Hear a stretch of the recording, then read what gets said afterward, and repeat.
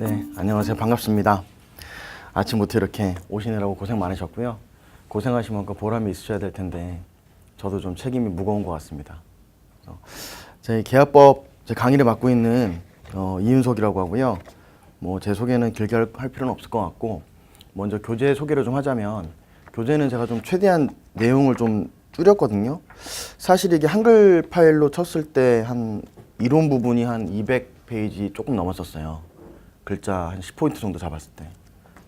근데 이제 11포인트 늘리니까 좀 늘어나긴 했는데, 아마 다른 학원들에 비해서 좀 내용이 짧을 거예요. 왜냐면 예전에 이게 뭐 2014년 이전에 종별로 되어 있는 시험이라면 계약법 책은 좀 두꺼워야 되는 게 맞지만, 지금 이 시험 계약법은 1차에서 어차피 여러분 합격, 꽈락 점수만 넘어가면 되시기 때문에 좀 필요한 부분만 담고, 그다음에 문제를 기출 문제 위주로 좀 엮었어요. 과거 10년. 예, 그래서 그 문제를 좀 보시면 도움이 되실 것 같고, 어떤 파트는 문제가 좀 적을 수도 있는데요. 그거는 기출 문제에서 반영된 빈도가 적었기 때문에 적은 겁니다.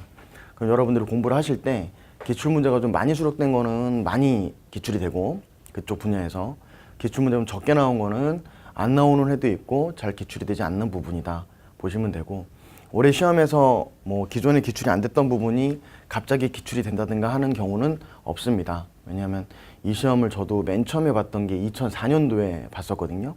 그리고 그때 계약법 시험 봤었고, 뭐 제가 3종을 한번 떨어졌어요, 저도. 그래서 그래도 뭐 1차는 또 미리 보려는 마음이 있잖아요. 여러분들은 아마 내년에 1차 합격하시고 혹시 2차 떨어지시면 그 다음에 또 1차를 보려고 하실 거예요. 그래도 저도 똑같은 마음이었고, 그래서 계약법 시험을 그때 2번 봤었고, 나중에 합격할 때 이제 봤었는데, 그 외에도 이제 다른 자격증 시험을 보면서 계약법 쪽은 꾸준히 봤었죠. 그래서 이 손해상사 시험 계약법은 일단 특징이 좀 있습니다. 그래서 첫째 시간, 오늘 첫 시간이니까 첫 시간에는 이제 문제 경향이라든가 여러분들이 보셔야 되는 범위, 그 다음에 전체적인 보험계약법의 체계에 대해서 말씀을 드리도록 할게요.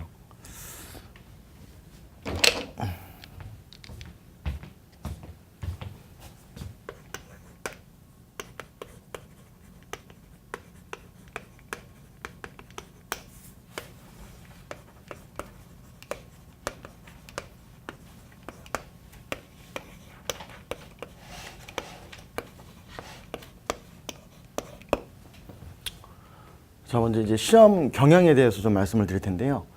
시험 경향은 이제 난이도를 말씀을 드리는 거고요.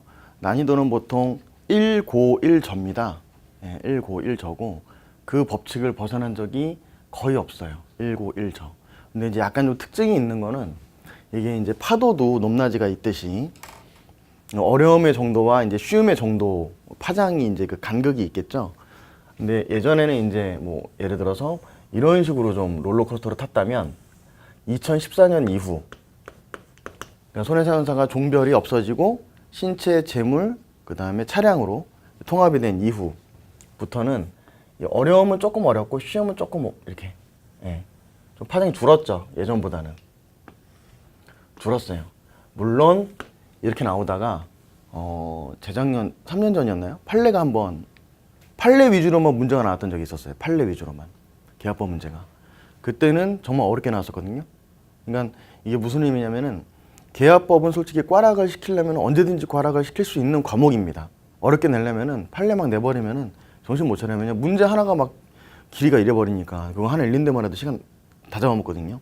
그래서 이 경우에 그렇게 예외적으로 튀는 경우도 있는데, 아마 뭐 그런 경우는 많지 않을 것이다 라고 보고, 여러분들이 그 튀는 시험을 대비하기 위해서 판례 집을 사서 본다든가, 어디 뭐 법제서 들어가서 막 이렇게 모든 판례가들 딱 찾아서 다운받아서 본다든가 이렇게까지 할 필요는 없고, 제 문제에 나와 있는 거 보시고 이론 보시고, 그다음에 제가 판례를 간간히 하나씩 소개를 시켜 드릴 텐데, 그런 것들 보시면 어차피 여러분들 100점 맞으려고 오신 건 아니지 않습니까? 합격만 하시면 되는 거고, 계약법은 충분히 아무리 좀 난이도가 있다 하더라도 난이도가 있어도 60점 이상은 받을 수 있는 과목이거든요. 그래서 제가 드리는 말씀만 따라와 주시면은 뭐 충분히 합격이 가능하다 생각을 합니다. 왜냐면 제가 또 객관식의 귀재예요. 그래서 객관식은 좀 잘 나오는 편이라서. 그래서 경향은 이렇게 되고 있다, 보시면 될 것 같고, 시험 범위입니다. 시험 범위는 우선 당연히 계약법이니까 계약법 등 법령이 들어가겠죠. 그 다음에 약관 들어가고 판례 들어가고 학설 들어갑니다. 여러분들 공부하셔야 될 범위는 계약법 등입니다. 법령, 약관, 판례, 학설. 학설은 뭐 보시다 보면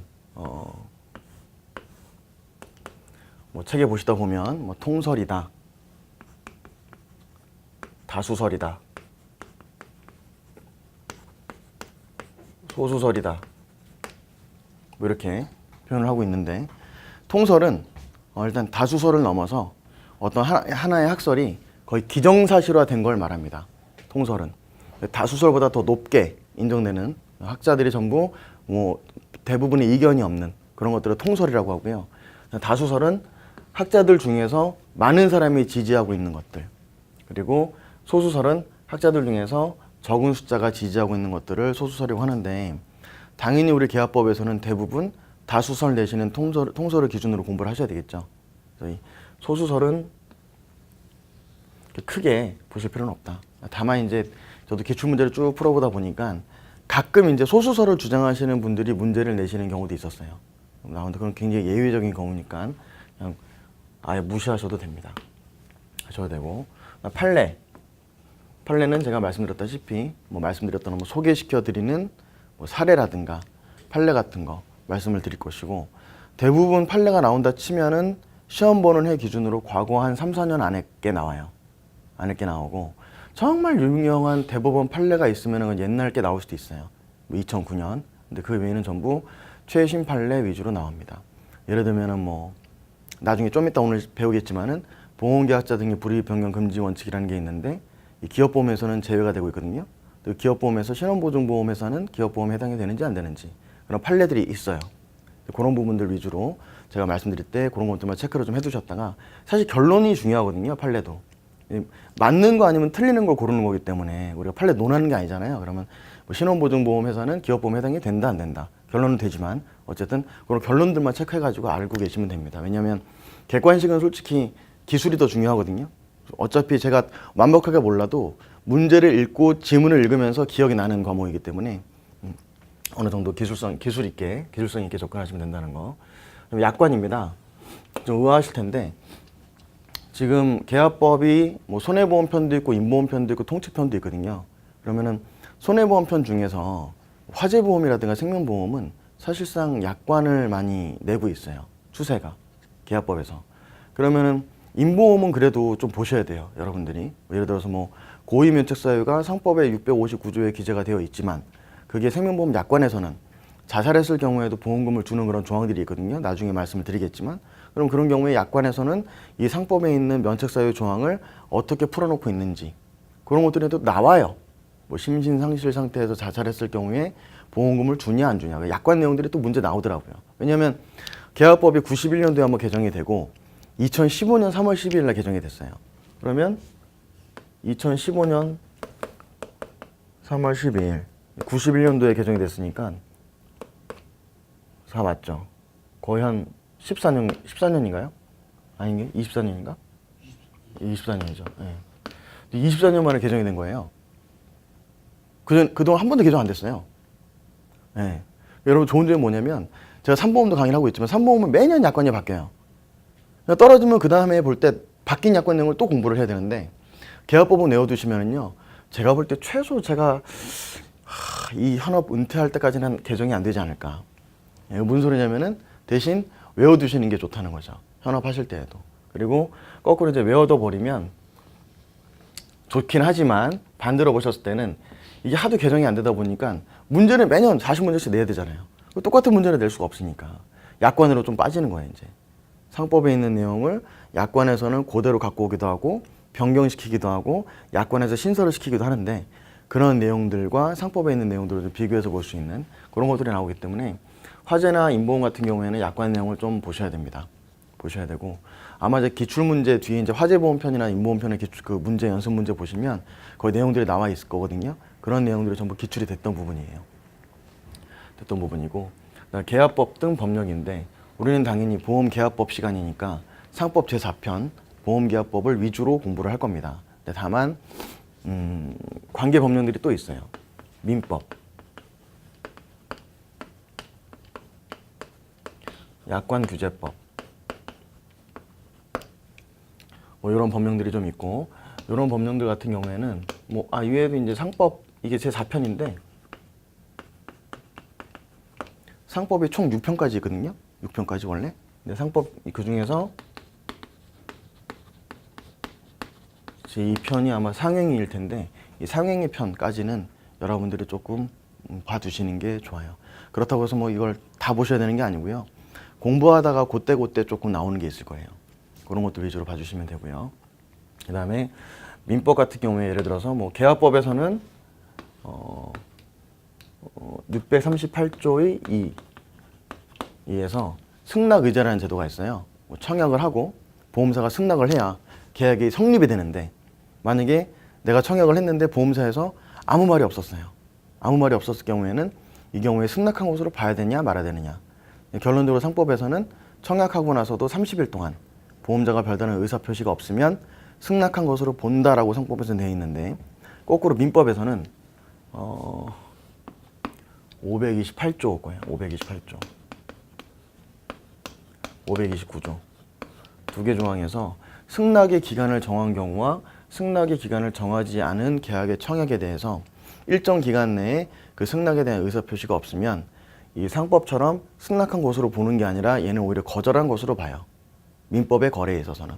그러면 이 민법에 있는 내용과 상법에 있는 내용이 좀 다르죠? 다르죠? 물론 우리는 보험 계약이니까 이 특별법 우선의 원칙에 의해서 이 조항이 적용이 돼야 되지만, 이런 부분들, 좀 차이점이 있는 부분들을 갖다가 한 번씩 건드려 주면서 가시게 될 겁니다. 네. 그래서 뭐 요 정도 시험 범위 내에서 뭐 기출이 될 거라는 거. 그다음에 이제 시험 체계입니다. 시험 체계. 시험 체계는 말씀드리기 전에 어차피 뭐 첫 시간이니까 시험 보실 때 사지선답인 건 아시죠? 사지선답.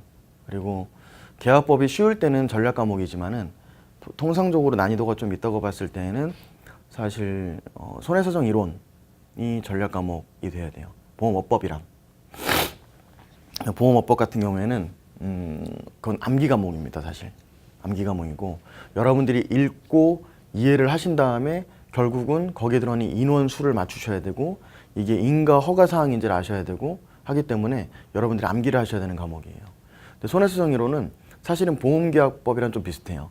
제가 교재에서도 원래 다른 책들은 처음에 뭐 위험이 뭐가 있는지, 뭐 위태가 뭔지, 뭐 방관적, 물리적, 도덕적 위태 뭐 이런 것들이 쭉 있는데, 그런 것들은 제가 과감히 빼버리고 들어가 버린 게, 어차피 그거는 손해수정 이론에서 다뤄야 될 내용이거든요. 그래서 아마 그런 원장님이 직강을 하시니까 해주실 것 같고, 어법은 어차피 여러분들이 계속 문제를 풀고 내용을 봐가지고 숙지를 하셔야 되는 부분인데, 사실상 전략 과목은 점수를 많이 따셔야 되는 거는 손사이론이랑 이제 어법 쪽이시고, 계약법 같은 경우는 저는 이제 보통 사지선답에서 어떻게 푸냐면,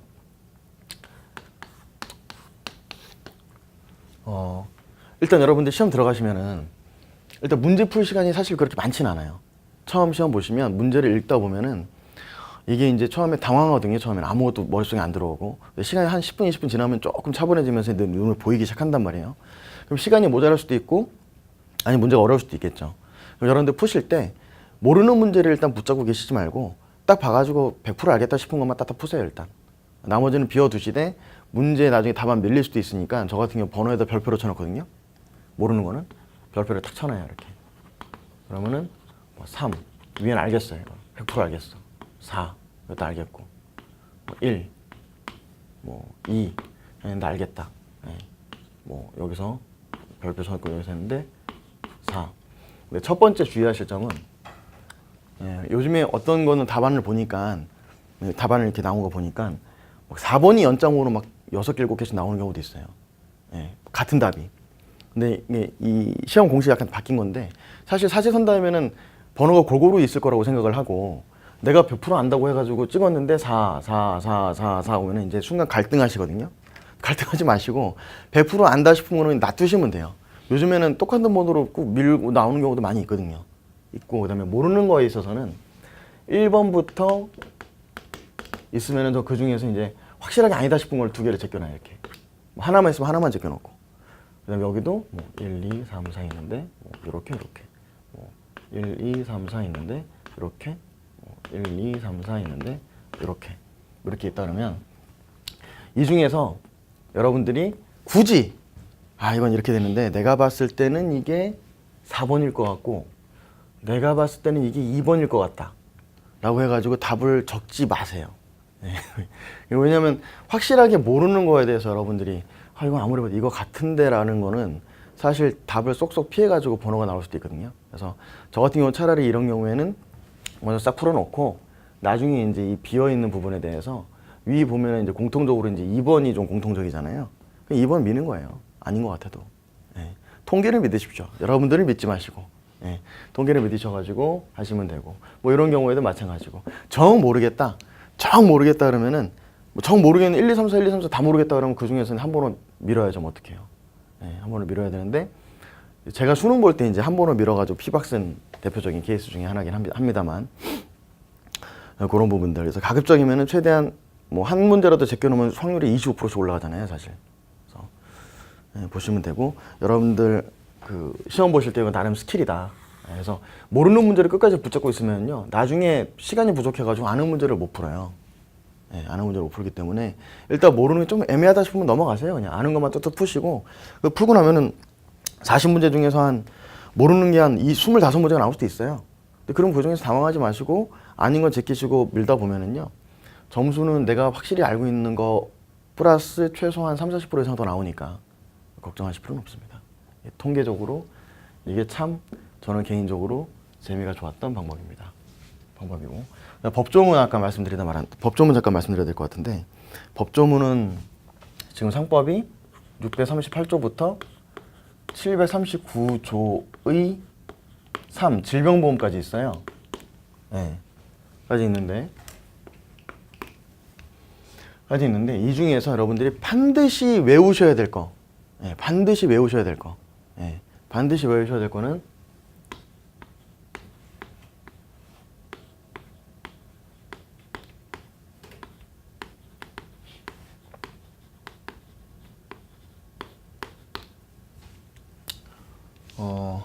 이 638조부터 682조에 있는 손해보험 편에 있는 청구권 대위, 손해보험 통칙인데요. 청구권 대위 편까지는 여러분들 반드시 외우십시오. 반드시 외우십시오. 물론 이제 보험증권의 기재사항이라든가 아니면은 대리점의 권한이 신설된 646조의 2 정도까지는 안 외우셔도 돼요. 666조라든가 646조의 2 정도는 안 외우셔도 되고, 그거는 그냥 문제를 통해서 숙지하셔도 되는데, 그 외 나머지 조항은 반드시 암기하십시오. 반드시. 그리고 이 암기를 하는 시간을 공부 시간에 편입시키지 마십시오. 왜냐면 예전처럼 배운 보험계약법에 있는 내용이 그대로 나오는 경우는 거의 드뭅니다. 근데 여러분들이 조항을 암기하지 않으면 내용을 이해하지 못하고 판례도 이해할 수가 없기 때문에 반드시 암기는 하시되, 이거는 공부하는 시간 외로 잡으셔야 됩니다. 저 같은 경우에도 이제 현업에 종사하면서 공부를 해서 3종을 따고 현업에 종사하면서 2014년도에 신체 1회를 땄었는데, 뭐 그 외에도 뭐 교통사고 감정사, 뭐 CK인류, 개인보험심사회, 사고조사 분석서 웬만한 거 다 땄어요. 근데 다 일하면서 땄거든요.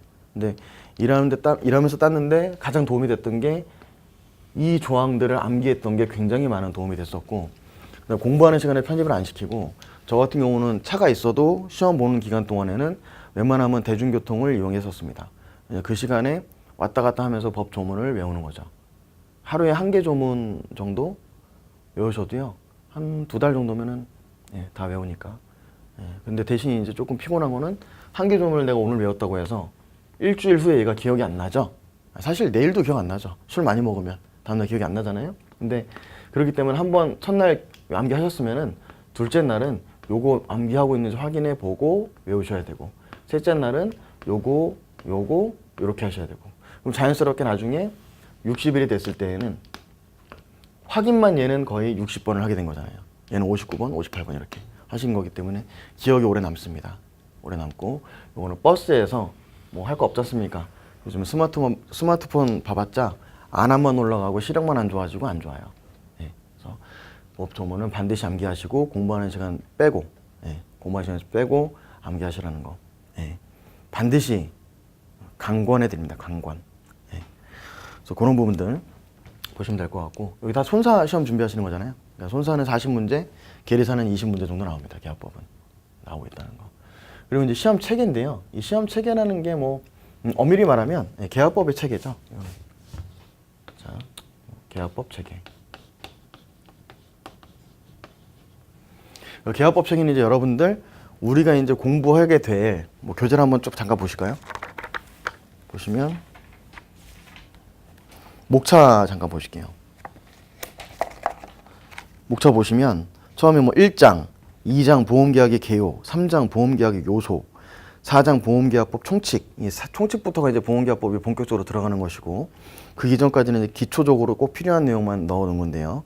이제 4장에서 보시면 보험계약의 체결, 뭐 3절 보험계약의 효과, 그리고 쭉 나오죠. 그래서 뭐 보험계약자의 의무, 보험자의 의무, 보험계약의 무효 변경 소멸, 부활, 4절 타인을 위한 보험계약, 5장 손해보험 총론, 6장 손해보험 강론 쭉 나와 있는데, 이렇게 목차로 보면 솔직히 좀 감이 안 오시거든요. 근데 이게 전체적인 플로우를 아시면 조금 이해하기가 쉬워요. 그리고 전체적인 플로우를 보시면 이렇게 많아 보이진 않습니다. 그래서 전체적인 플로우로 좀 잠깐 말씀을 드릴 것이고, 계약법과 관련된 먼저 쭉 우리가 타임라인을 그려보면 우리 보험이라는 게 왜 필요하죠? 보험이라는 게 편안하게 과외하는 분위기라고 생각하시고, 네. 보험이라는 게 왜 필요합니까? 일단 위험이 있으니까, 리스크가 있으니까. 네. 사실 경제학에서는 리스크를 갖다가 표준 편차로 정의합니다. 평균과 개별값들의 그 거리, 경제학에서 이렇게 평가하는데, 보험에서는 리스크를 위험이라고 해가지고 불확실성으로 정의하고 있죠. 그래서 각 분야마다 리스크에 대해서 정의하는 기준은 다릅니다. 우리는 보험학이니까 이건 불확실성이죠. 그러면 이 불확실성에 대해서 자, 우리 인생에서 이렇게 여러분들이 이 지점이 있다고 한번 상상을 해보시고, 자, 불확실성이 있어요. 성이 있는데, 그럼 얘를 갖다가 내가 어떻게 해소를 할 것인가, 그냥 모른 척하고 넘어갈 것인가, 여기에 대비책을 세워야 될 것인가, 어떤 뭐 결정을 해야 되겠죠. 예, 이걸 갖다가 이제 손사이론 시간에 배우시게 될 위험 관리라고 합니다. 리스크 관리. 라고 하면은, 예를 들어서 내가 차를 샀어요. 차를 사게 되면은 이제 차를 운전함으로써 시간적으로 절약도 되고 편리성이 있는 건 맞지만은, 교통사고라든가 아니면 남이 내 차를 굴고 가는 일이라든가 여러 가지 리스크, 돈 나갈 일들이 생길 수가 있겠죠. 그럼 여러분들이 앉아가지고 이 위험을 어떻게 할 것인지에 대해서 이제 생각을 해보셔야 되겠죠. 그래서 위험 관리는 맨 처음에 위험을 발견한 다음에 어떤 위험이 있는지 내 주변에 발견한 다음에 그 다음에 분석하고 평가하죠. 위험을. 분석과 평가의 방법은 리스크의 빈도와 심도를 파악하는 겁니다. 빈도는 얼마나 자주, 심도는 한 번 발생하면 얼마나 깊게 손해가 발생하는지를 파악해가지고, 너무 깊으면 내 돈으로 도저히 커버가 안 되겠죠. 그러면은 너무 빈도가 잦아도 그럴 것이고, 그러면 이런 경우에 대해서 어떻게 대비책을 마련할 것인지 결정하는데, 이 대비책은 각각 위험에 따라서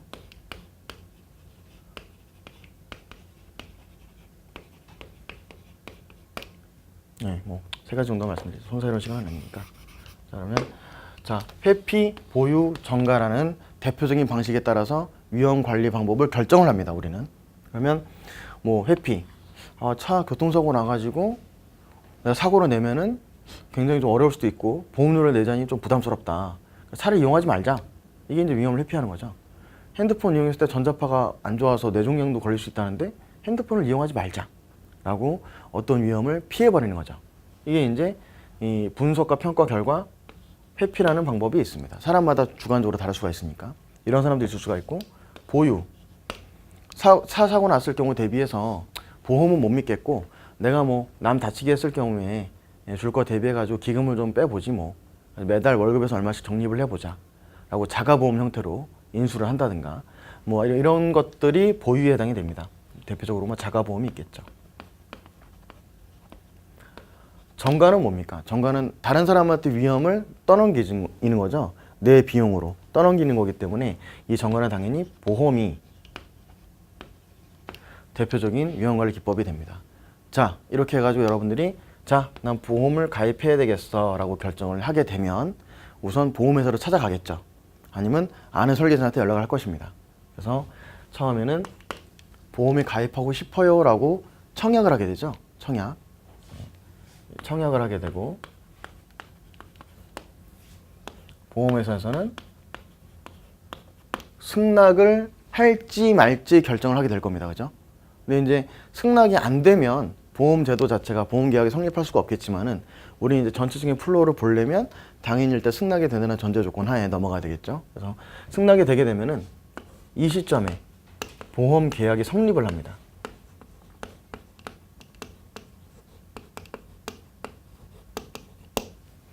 보험 계약이 성립하게 되는 것이고, 그럼 이때 보험 계약이 성립하게 되면은 보험회사 입장에서는 뭐 증권도 주고, 그렇죠? 뭐 여러 가지 의사표현을 하겠죠. 그래서 보험 계약이 성립되면은 보험 기간이 개시가 되는데, 엄밀히 말하면 보험 계약의 성립은 청약과 승낙이고, 보험자의 책임 개시,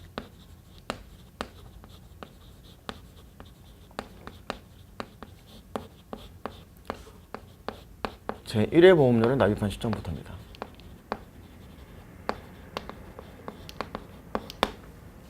왜냐하면 아까 제가 얼핏 말씀드렸는데 청약을 하고 난 다음에 보험회사에서 바로 승낙을 하는 경우는 없거든요. 왜냐하면 우리 임보험을 예를 들면 제가 와가지고 보험에 가입하고 싶습니다 라고 얘기했을 때 당연히 보험회사 입장에서는 이 사람의 과거력을 모르잖아요. 이 사람이 아침에 각혈을 하고 왔는지 복수가 쳤는데 복수를 빼고 온 사람인지 알 수가 없잖아요. 위험도를 측정하려면 당연히 청약서에 있는 질문표에 몇 가지 사항을 물어보겠죠. 물어봐서 그 청약서가 올라오면 심사부서에서 언더라이팅을 하게 됩니다. 거르는 거죠. 받을지 말지 거르는 거죠. 그래서 이런 절차들을 거치려면은 그게 하루 만에는 안 되겠죠. 그러다 보니까 상법에서는 30일이라고 하는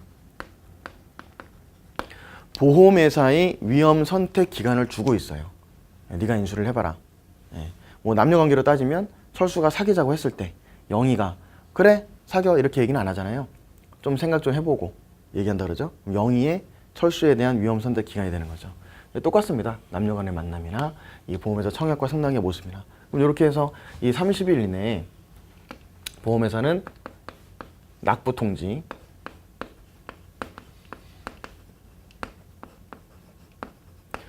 의무를 부담하게 되는 것이고, 이 안에 30일 안에 승낙을 하든 30일에 대해서 승낙을 하든 승낙이 되면은 보험 계약이 이때 성립이 되는 것이지만은 보통 보험자의 책임 개시는 청약할 때 우리 보통 1회 보험료 내거든요. 그래서 보험 기간은 1회 보험료를 납입한 시점부터 책임이 개시가 됩니다. 그러다 보니까 보험 계약이 승낙돼서 성립이 되더라도 승낙을 하게 되면은 보험회사의 책임 개시는 1회 보험료 납입 시점부터 개시가 되게 되는 거죠. 1회 보험료 납입 시점부터.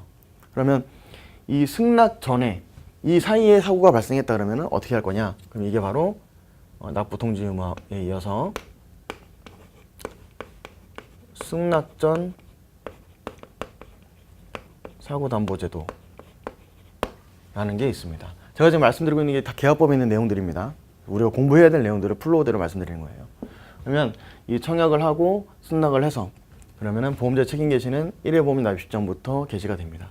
그러면 이제 승낙이 됐으면 일단 이때부터 책임이 개시가 됐으니까 보험 기간까지 쭉 가겠죠. 우리가 뭐 몇 년 납, 몇 년 만기 이렇게 나오잖아요. 20년 납, 뭐 20년 납, 보통 저 같은 경우는 20년 납 80세 만기 이렇게 떨어지니까 요즘 종신도 있고 그러면 이때 이제 1회 보험료 납입 시점부터 보험 기간이 개시가 됩니다. 이거는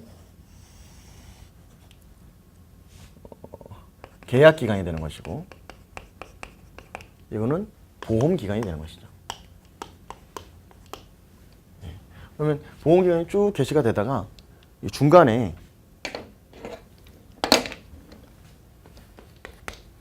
계약자가 돈을 냈어요. 보험료를 내고 있는데 내 소득보다 좀 많은 보험료를 내고 있었다거나 아니면 뭐 실직을 했다거나 뭐 어려운 상황에 닥쳤을 경우에는 보험료를 못 내서 해지가 될 수도 있고 아니면 제가 다른 보험, 더 좋은 보험을 발견해서 임의로 해지할 수도 있겠죠. 그래서 이런 경우에 쭉 계약이 가다가 계약자 측에서 파란색 말고 그에 따라서 계약자가 임의 해지,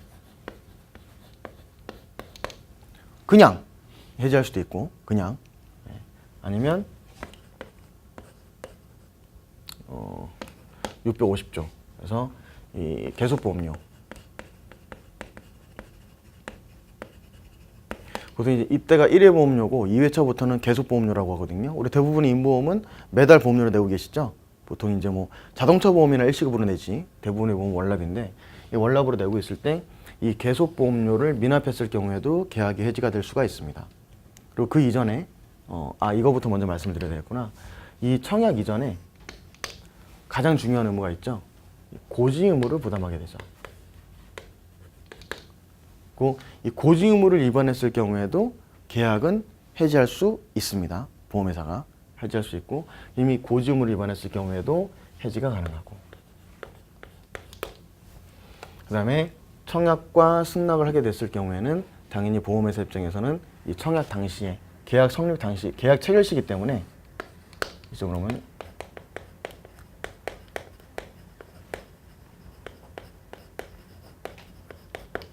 약관 교부 명시 의무를 부담하게 됩니다. 이 상품에 대해 설명을 해줘야 되겠죠. 이 어떤 상품이고 어떤 상품이다라고 설명해 줘야 될 것이고, 그 다음에 계약이 성립이 되면은 여기서 또 보험 증권을 교부해야 되고,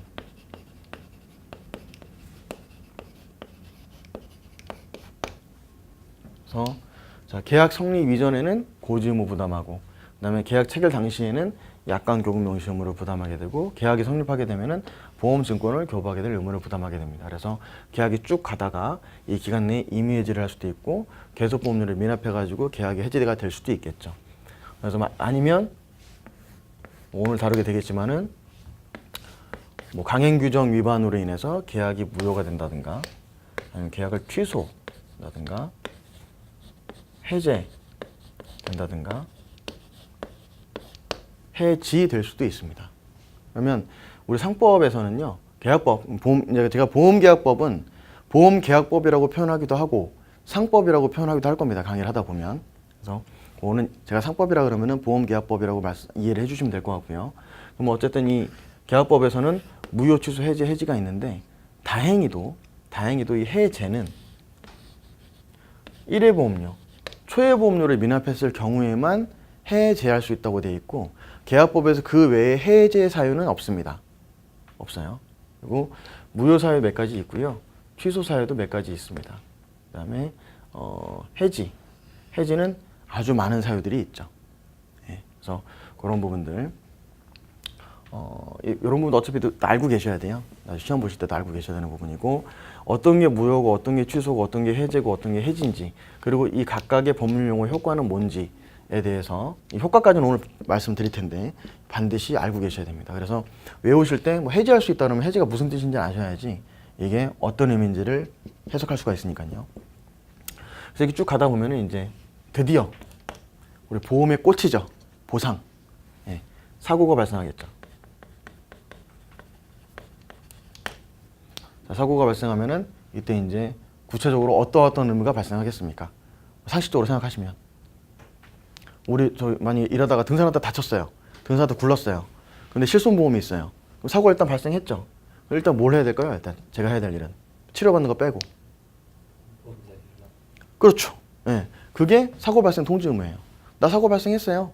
통지 의무. 근데 실무상으로는 사실 그냥 영수증을 제출한다든가 함으로써 한 번에 가름하고 있긴 하지만, 상법상으로는 사고 발생 통지 의무가 발생합니다. 뭐 화재보험 같은 경우에도 유용하게 어떤 사고든 자동차 보험도 마찬가지고 사고 발생 통지 의무는 다 이행을 해야 되겠죠. 그 다음에 예를 들어 사고가 발생했는데 자동차 사고가 발생했어요. 내가 차를 몰고 가다가 남을 다치게 했단 말이에요. 남을 다치게 했는데 이 사람에 대해서 이 사람이 어떤 그 상해에 대한 부분 지연시켜 버리면, 이 사람을 놔둬 버리면, 이게 지연시키는 기간이 커질수록 이 사람의 상해 부위가 더 커지잖아요. 그렇기 때문에 어서 빨리 이 사람 병원으로 데리고 가든가 어떤 조치를 취해야 되겠죠. 이런 것들을 갖다가 이제 손해보험에서도 주로 뭐 화재보험 같은 경우 많이 나오는데, 손해방지 의무라는 게 있어요. 근데 손해방지 의무는 사고 발생 자체를 방지해야 될 의무는 아닙니다. 교통사고를 발생하지 않기 위해서 내가 뭐 어떤 거를 해야 되는 게 아니고, 일단 사고가 발생하면 거기에 대해서 손해가 확대되지 않도록 어떤 그 가입자가 일정한 행동, 자기 또는 부자기를 해야 될 의무를 말합니다. 그래서 이게 손해방지 의무고.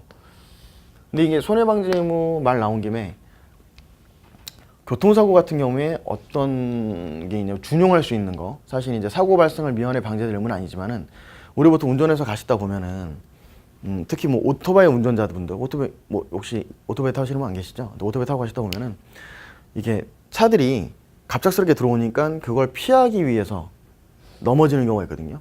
갑자기 확 들어오니까 차선 변경이 확 들어오니까 그러면 이제 이 오토바이 운전자 입장에서는 사고가 날 것 같으니까 그거를 피항하기 위해서 확 자빠져가지고 넘어진 거잖아요. 그럼 그건 사실 손해방지 의무라고 볼 수는 없어요. 그러니까 손해방지 의무는 사고가 발생을 한 다음에 확대되는 것을 방지해야 될 의무니까 이건 사고 자체를 미연에 방지한 거잖아요. 손해방지 의무는 아니지만은 이 경우는 이제 실무상 손해방지 의무에 준용해가지고 과실비율을 잡을 때 참작을 해주고 있죠. 예, 뭐 그런 부분들이 좀 있습니다. 왜냐하면 일반 보험사에서는 비접촉 사고라 그러면은 5대5 정도, 4대6 이렇게 얘기해요. 예, 5대5, 4대6. 근데 이게 급차선 변경에서 받아버리면 만약 받았으면 8대2예요. 예, 오토바이 과실이 2. 오토바이 가고 있는데 얘가 차가 갑자기 들어왔어요. 그래서 차선 변경 받았으면은 8대2가 되는데 얘가 들어왔는데 자빠졌어요. 근데 6대4래요. 오토바이 과실이 4래요. 말이 안 되잖아요. 그럼 받으라는 소리밖에 안 되는 거니까. 그래서 이런 경우에는 손해방지 의무를 준용해가지고 주장을 하고 있고 판례에서도 이제 이 경우에는 받은 거하고 최소한 그거하고 똑같이 봐야 된다. 과실이 더 잡히는 건 말이 안 된다. 이런 게 있죠. 다만 그런 사고 유형에 있어서 여러분들 실무상 만날 때 주의하셔야 될 점이 그 운전자의 성향 자체가 굉장히 좀 엄살이 심하다고 표현해야 될까요? 기우가 심한 경우 있죠. 급차선도 아니고 그냥 슬쩍 들어갔는데 거리도 충분히 있었는데 혼자 놀라가지고 자빠지는 경우. 이런 경우는 솔직히 오히려 과잉 방어 운전을 해서 그 차량의 책임이 면제가 되기도 합니다. 그래서 뭐 그런 형태들이 있다는 거.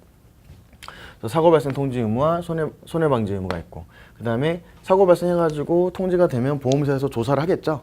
조사해서 면책 사유에 대해서 먼저 판단해야 되겠죠. 우리 그 보험계약법 통칙에서는 659조하고 660조에서 보험계약자, 피보험자 또는 보험수익자의 고의 또는 중과실로 인한 사고는 면책. 그 다음에 전쟁, 기타 별난으로 인한 사고는 면책. 그래서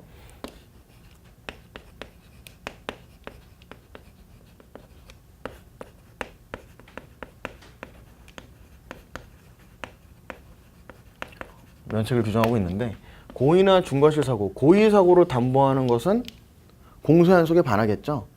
예, 예를 들어서 고의 사고는 상법에서 면책이지만 우리 너랑 나랑 계약을 체결할 때는 내가 고의 사고는 담보해 줄게 라고 해가지고 보험회사와 계약자가 오케이가 떨어져가지고 담보가 됐으면 그 계약자는 신났죠. 이제 고의 사고 다 담보되니까 차 끌고 다니면서 뭐 마음에 안 드는 애들 다 치고 다니고 할 수가 있겠죠. 그래서 이거는 공소연속에 반합니다. 담보하는 건. 그래서 어떤 경우라도 고의 사고로 담보하는 것은 무효다라고 보는 것이고 이렇게 상법에서 어떤 경우라도 담보가 안 되는 경우는 이걸 강행 규정이에요. 강행 규정. 그래서 오늘 좀 이따 배우시겠지만 강행 규정과 임의 규정이 있는데 그건 나중에 다시 말씀드리도록 하고 660조는 전쟁 위험 면책입니다. 이 전쟁 위험 면책을 담보하는 것은 이게 공소연속에 반하는 건 아니겠죠. 내가 일부러 전쟁 일으키는 건 아니니까. 그래서 이런 경우에는 얘는 면책이긴 하지만 당사자 간의 특약으로 담보가 가능합니다. 그래서 이 경우에는 당연히 강행 규정으로 볼 건 아니겠죠. 당사자 간의 특약으로 담보하는 것은 무방하기 때문에. 그래서 면책사유 적용 여부에 대해서 봐야 될 것이고 당연히 실무상으로는 상법에 있는 면책사유 플러스 약관상 면책사유도 봐야 되겠죠. 약관상 면책사유도 볼 것이고 면책사 해당이 안 되면은 보험금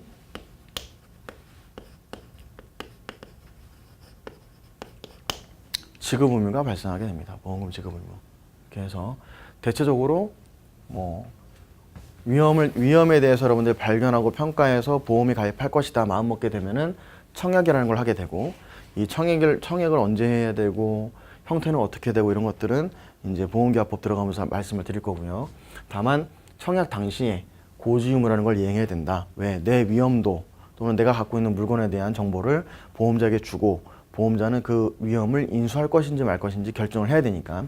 다만 이 고지의무의 특성은 원래 모든 의무들은 보험 계약이 그러니까 계약이 성립한 이후에 어떤 권리 의무가 발생해야 되잖아요.